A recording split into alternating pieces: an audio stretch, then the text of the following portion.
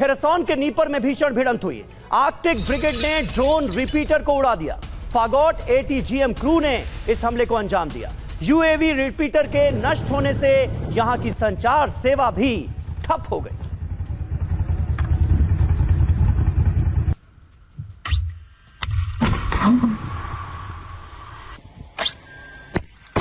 वहीं दूसरी ओर पोल्टावा में रेल डिपो पर हमला हुआ है। कीव और पोल्टावा रेल रूट बंद। इसका असर ये कई ट्रेनें और इंजन को नुकसान पहुंचा है। कीव और पोल्टावा रेल रूट बंद हो गया इस हमले के बाद। रेल डिपो पर अटैक।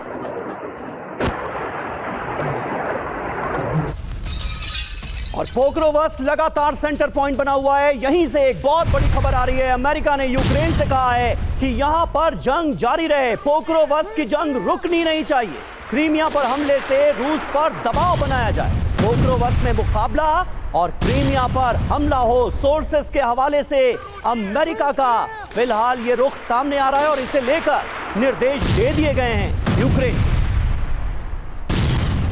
तो जैसे कि बयान दिए जा रहे हैं, विश्व युद्ध जैसे हालात के चलते अब अमेरिका अलर्ट मोड पर है। पुतिन के एटमी टेस्ट के आदेश के बाद यूएस अलर्ट मोड पर है। पुतिन कर रहे हैं विध्वंसक हथियारों का परीक्षण। तो बुरेवेस्निक का जब टेस्ट हुआ उस दौरान भी वो लगातार मॉनिटरिंग कर रहे थे और अब उनकी तरफ से आदेश भी दे दिए गए हैं। पुतिन के एटमी टेस्ट के आदेश के बाद अमेरिका अलर्ट मोड पर है।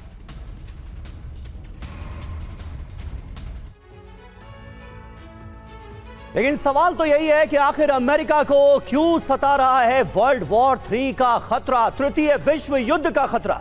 ये आपको बताते हैं। दुनिया में दरअसल कई मोर्चों पर, एक नहीं दो नहीं, कई मोर्चों पर इस वक्त जंग जारी है। करीब 3 साल से रूस यूक्रेन जंग ही चल रही। इजराइल और हमास में जंग भी अभी तक जारी है। चीन और ताइवान के बीच भी तनाव बढ़ता हुआ नजर आ रहा है।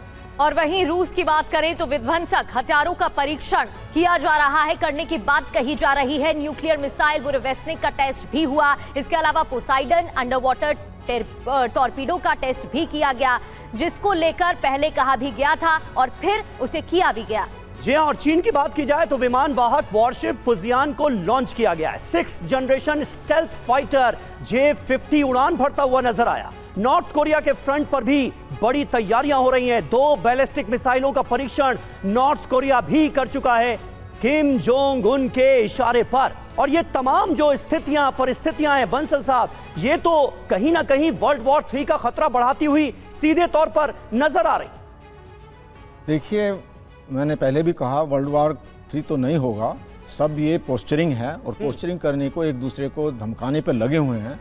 अभी जैसे कहा जाए ये बुरेवेस्निक का जो एक प्रयोग किया है उसकी क्या कैपेबिलिटी, उसकी कैपेबिलिटी है अनलिमिटेड टाइम तक, अनलिमिटेड डिस्टेंस तक जा सकता है। सर, लेकिन कहा तो ये भी जाता था, देखिए कोई भी समझदार आदमी यही उम्मीद करेगा और इस जंग से पहले हर कोई यही उम्मीद कर भी रहा था कि 21वीं सदी के इस दौर में रूस यूक्रेन के बीच ऐसे आमने सामने की जंग थोड़ी हो जाएगी। इजराइल हमास पर हमला थोड़ी कर देगा, इजराइल ईरान पर अटैक थोड़ी कर देगा, अमेरिका का ईरान पर अटैक तो नहीं हो जाएगा। लेकिन ये सब कुछ हुआ है। उसके पीछे मकसद था।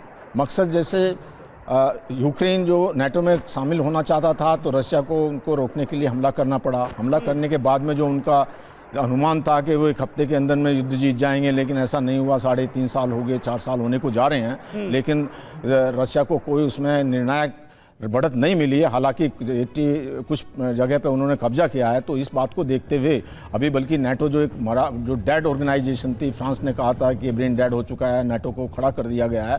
इसी प्रकार से जो हमास का अटैक हुआ उसका एक कारण था। लेकिन आज की तारीख में अगर आप देखें तो भले ही जो अमेरिका है वो दूसरों के कंधे पर रख के बंदूक चला रहा है, वो नहीं चाहेगा कि उसके घर में या वहाँ पे कोई जो है इस तरह का अटैक हो। इसी बात को देखते टॉमहॉक मिसाइल नहीं दिया। उन्होंने सोचा अगर इस तरह की मिसाइल दे दी जाएगी रशिया को तो रशिया डायरेक्ट उनके ऊपर अटैक कर देगा, क्योंकि मॉस्को और वाशिंगटन के बीच में 8500 का डिस्टेंस है, किलोमीटर का।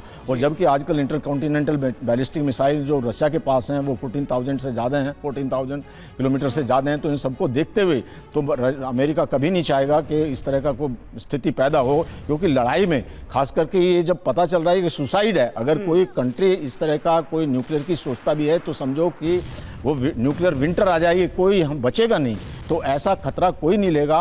हालांकि पहले दिन से ही रशिया ने भी कहा है कि अगर नाटो पूरा आता है तो हम टैक्टिकल न्यूक्लियर वेपन यूज करेंगे। और ये कई बार इस तरह के थ्रेट आए हैं, लेकिन आज तक कई बार रेड लाइन पार हो चुकी हैं और सबने देखा है कि रेड लाइन पार हुए हैं, लेकिन रशिया ने कभी यूज नहीं किया।